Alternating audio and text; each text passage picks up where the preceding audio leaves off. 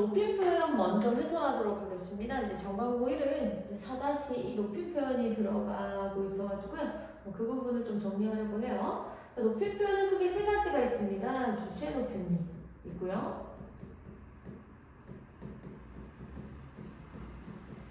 자, 두 번째가 객체 높임.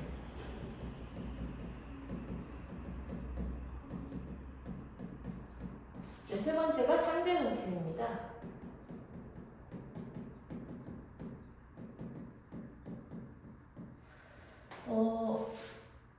주체는 말 그대로 스스로의 주체 부분이기 때문에 우리 간단히 말하면 주어를 높인다고 할 수가 있겠죠. 객체는 문장에서 이제 대상이 되는 부분이에요. 우리가 내가 떡볶이를 먹었다 하면 내가 주체죠? 그러면 떡볶이는 뭐예요? 맞아요. 대상이에요. 내가 먹는 것. 그렇기 때문에 이 객체는 문장에서 목적어 같은 게 됩니다. 자, 또한 문장에서 이 손님 역할을 하는 대상이 또 누가 있을까요? 자, 내가 주었다. 누구에게 주죠? 맞아요. 에게에 해당하는 부분이 또 객체가 됩니다. 그건 이제 부사어가 돼요. 상대 같은 경우는 말 그대로 대화 상대를 의미합니다. 그렇다면 이것은 조금 다르겠네요.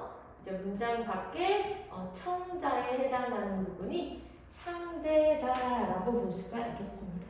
그래서 이 주체 높임, 객체 높임, 상대 높임은 그 높임을 만들어주는 요소를 정리하는 것이 중요해요. 여러분, 주어를 높여주는 표현이죠. 그죠? 그러면 주어와 관련된 것이 뭐가 있을까요? 맞아요. 주격조사입니다. 주어를 만들어주는 주격조사.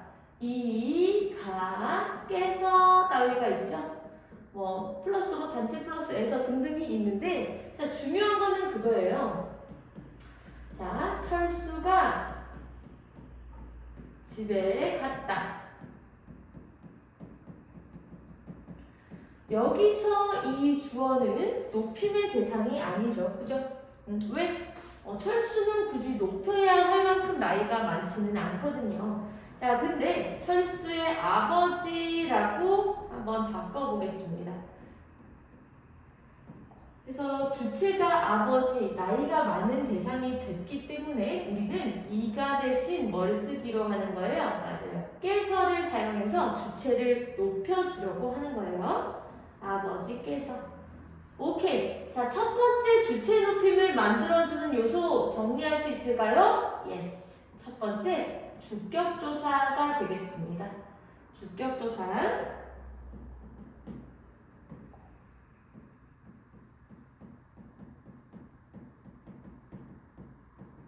주격조사 어떻게 쓸까요? 맞아요. 이가 대신 에서를 쓴다. 이가를 깨서로 바꿔주면 주체 높임이 실현되게 됩니다. 자, 또 뭐가 있을까요? 철수는 집에 그냥 갔죠. 근데 아버지는 어떻게 갔을까요? 아버지께서 집에 가셨다. 자, 우리는 그대로 가다를 쓰지 않고 가시 문장에서 높임의 의미를 가진 주체 높임 선어말어미를 사용하게 됩니다.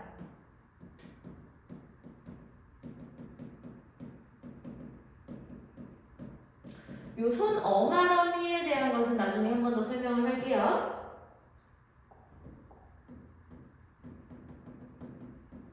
자, 그래서 요거를 우리 가셨다라고 쓰게 되죠. 자, 그러면 정리할 수가 있겠습니다. 어떻게 정리할까요? 오케이. 주어를 높여주는 문법 요소들은 일단은 주격조사 우리가 정리가 된 상태고요. 서술어에다가 잘못 썼어. 시, 즉 선어말어미 의시를 붙여서 주체 높임을 만들 수가 있다가 되겠습니다. 자, 세 번째는 이 서술어 자리에 의시를 모두 붙여서 만드는 것뿐만이 아니고, 자, 특수한 높임의 어휘를 사용하기도 합니다. 그래서 특수어휘 우리 한 5개 정도를 외워주려고 해요. 자, 무슨 말이냐? 할머니께서 자, 얘들아, 죽었다라고 쓰나요? 할머니께서 아프다라고 쓰나요? 할머니께서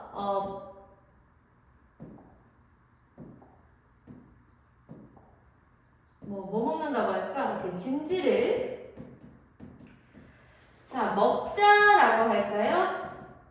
할머니께서 집에 있다라고 할까요?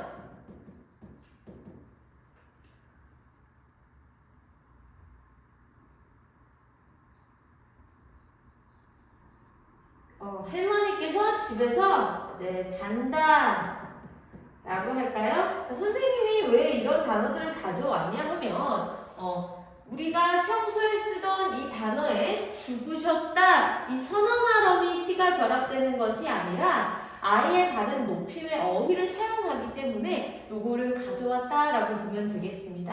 자, 요걸 어떻게 외울 거냐면요. 우리 계시다, 잡수시다, 주무시다, 편찮으시다, 돌아가시다 요렇게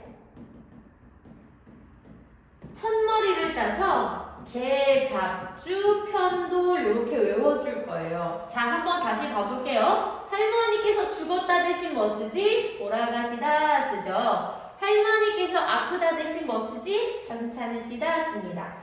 할머니께서 진지를 먹다 대신 잡수시다 쓰고요. 자, 비슷한 말로 들다에 선어말어미 시가 표현한 붙은 드시다가 있겠습니다. 이거 리을 탈락이 일어나요. 자, 요거 같은 경우는 들다라는 단어, 좀 높임의 단어에다가 시를 결합한 표현이기 때문에 특수어휘로 보지는 않습니다.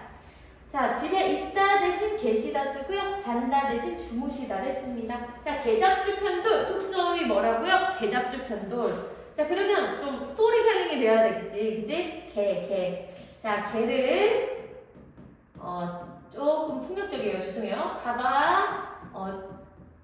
잡아 죽인 편의점 도라이 이렇게 올게요.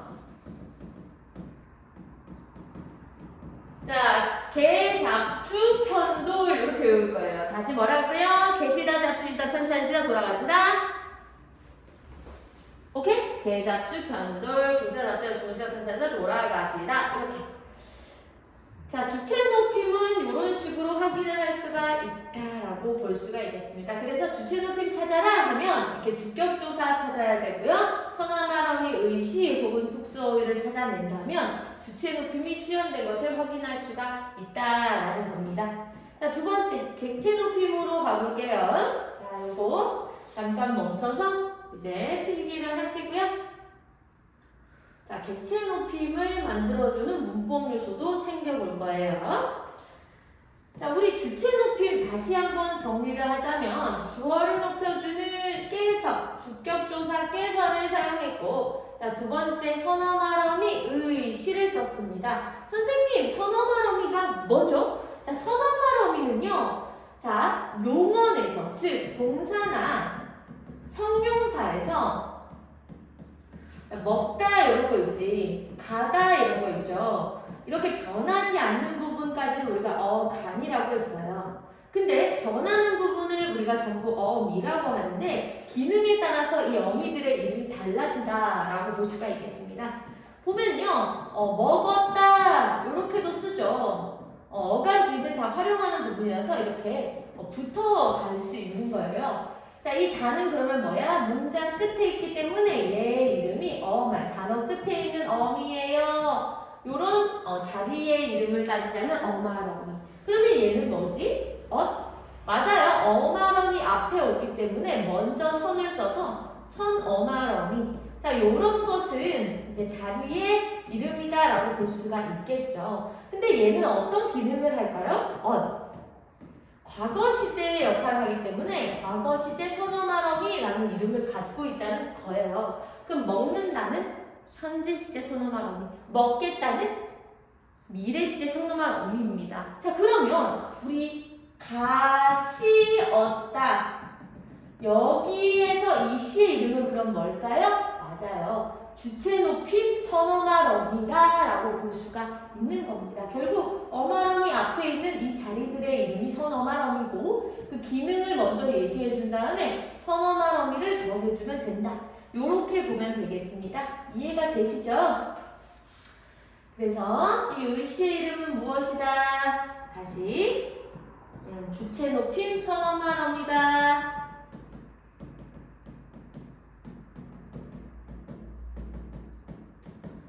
그래서 말 그대로 가다에다가 가시다 이렇게 쓰기도 하고 이게 현재라면 가신다, 과거라면 가시었다, 가셨다, 가시겠다 다양하게 결합해서 쓸 수가 있다. 이렇게 볼 수가 있겠습니다. 그리고 우리 세 번째가 아까 계잡주 편들이 있었죠? 특수어휘 5개가 있었다. 이렇게 볼 수가 있겠습니다.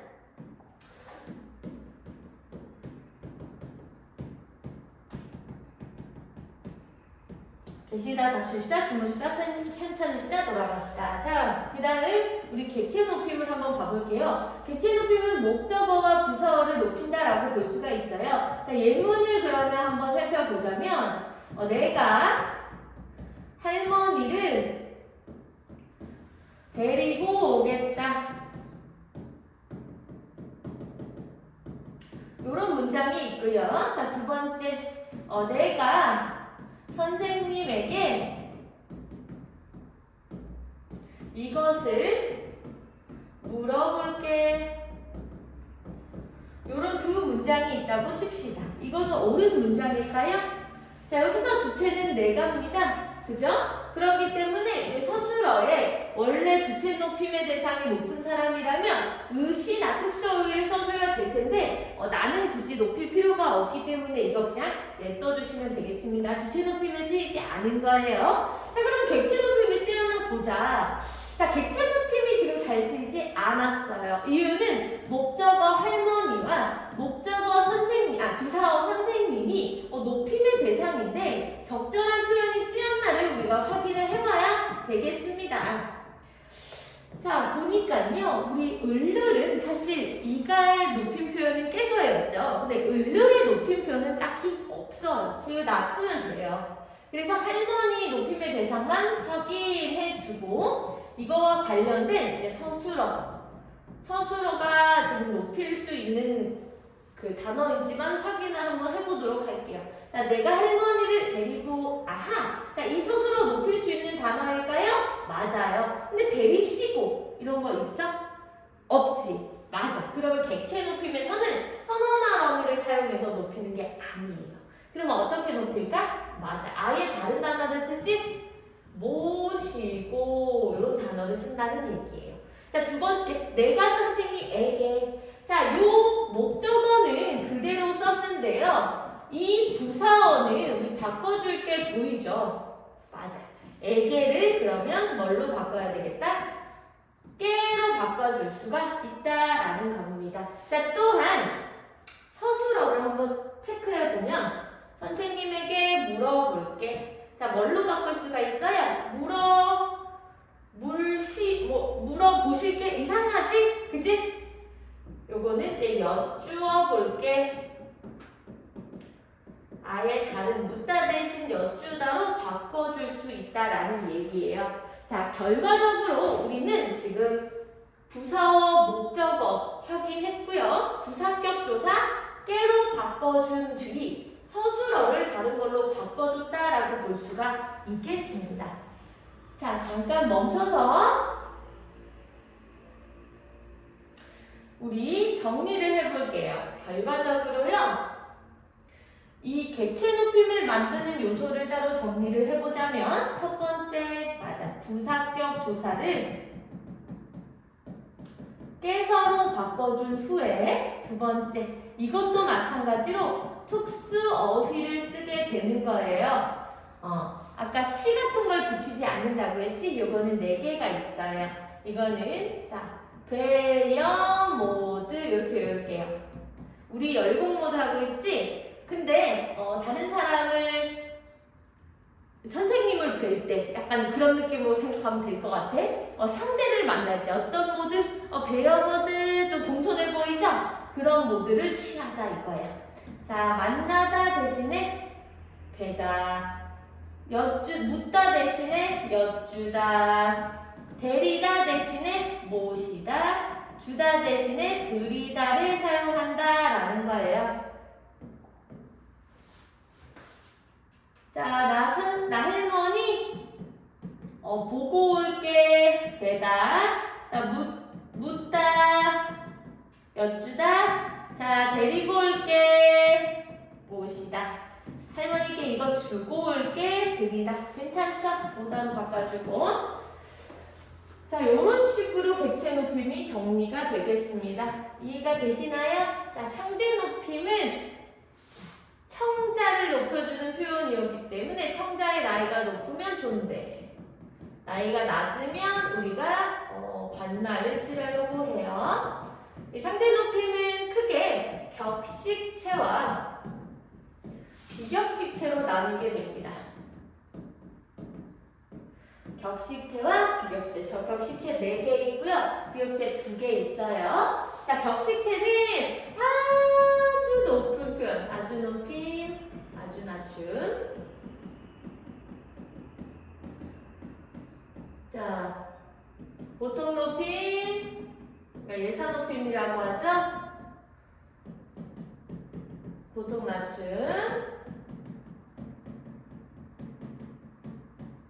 아주 낮춤, 이렇게 4개가 있고요. 비격식체는 이제 두루 높임,